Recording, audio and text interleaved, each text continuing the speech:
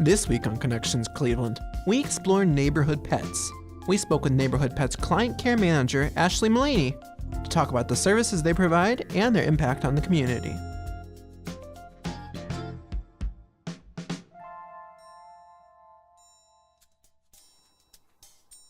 Hi, my name is Ashley Malaney. I'm the Client Care Manager here for Neighborhood Pets. We are a community outreach and resource center for Cleveland residents receiving government assistance or falling underneath the low income level. So our biggest goal here is we're trying to create pet retention. Becca Britton is the founder. She saw a huge need for our services that we provide here today. She discovered that because she was doing these they're called canine wellness days. So basically what they were these big vaccine clinics. People were coming from all over the place to just show up to get their pets vaccinated. But she discovered quickly then that they needed other services as well. The kennels were getting really overloaded. There were tons of pets showing up in shelters. So she thought to herself, what is needed in this community so that we can keep pets in homes rather than trying to find new homes for pets that already have them. So she went out of her way to start Neighborhood Pets. It'll be 2 years this October. So it's fairly new, but there's been a huge response in the community. Basically, what we provide here at Neighborhood Pets is preventative wellness. So what we're looking for is what are the key components to help people in this community to keep pets in their homes. So this is things as basic as flea prevention. For $5, it's super affordable. It's something that they can, very easily budget into their daily living. Pet food. Cleveland is a huge pet food desert, so it's a food desert for humans, let alone for pets. Going into a regular grocery store or to a corner bodega, you're not going to find a lot of pet food options. We found a lot of pets have skin issues, ear issues, just basic needs that going to a vet would cost a ton of money. So we provide vaccine clinics for that reason so that our vets can examine the pets and then provide just general basic vaccines that the pets need. We also have $5 microchips because a lot of the issue is that pets run away, they end up in shelters, and then we can't locate the owner. So the whole point is if they have identification, then we can reunite the pets and the owners together. So starting this project 2 years ago, we've seen a huge influx in our clients. We're up to almost 2,000 members already. And I'd say the response is pretty overwhelming. People tell us on a regular basis that if it weren't for the work that we're doing here, they wouldn't have been able to keep their pets because they couldn't afford the food. They couldn't find the rabies vaccine that they needed to keep them in their homes because of the kennels asking for it or something like that, because those things are legally required. So probably about 90% of our clients end up keeping their pets rather than having to rehome them, which was our biggest goal, obviously. Our biggest donors are just the individuals, so it's kind of been a grassroots effort. It's just word of mouth. Most of our members have heard of us just from around the community. And our biggest goal is really relationship building with our clients, making sure they know that they matter just as much as their pets do. So that's kind of the overall general, umbrella of what we do here at Neighborhood Pets.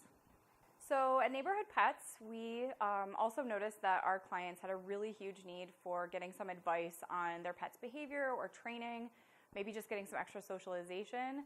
And those things cost a lot of money if you hire professionals.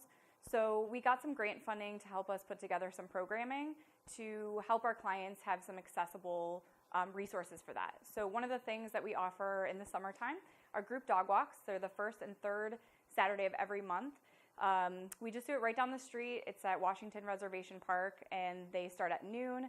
Everybody meets there. We have a behaviorist, Tabitha Kusera.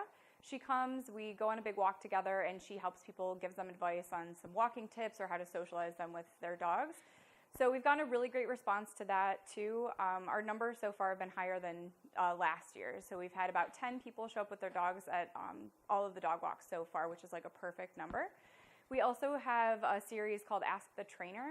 So we are offering these once a month for the summer, and this is a chance for our clients to come down to Neighborhood Pets without their pets, talk to Tabitha. She, again, is a behaviorist, so ask them some questions about how do I get my dog to sit, or my dog keeps peeing in the house, or he's really aggressive with this stranger, my cat is peeing outside of the litter box, or wakes me up at 3 in the morning.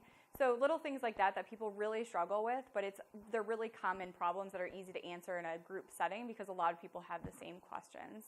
So our next Ask the Trainer is July 19th, I believe, and then the August one is August 22nd. And again, the group dog walks are the first and third Saturday of every month.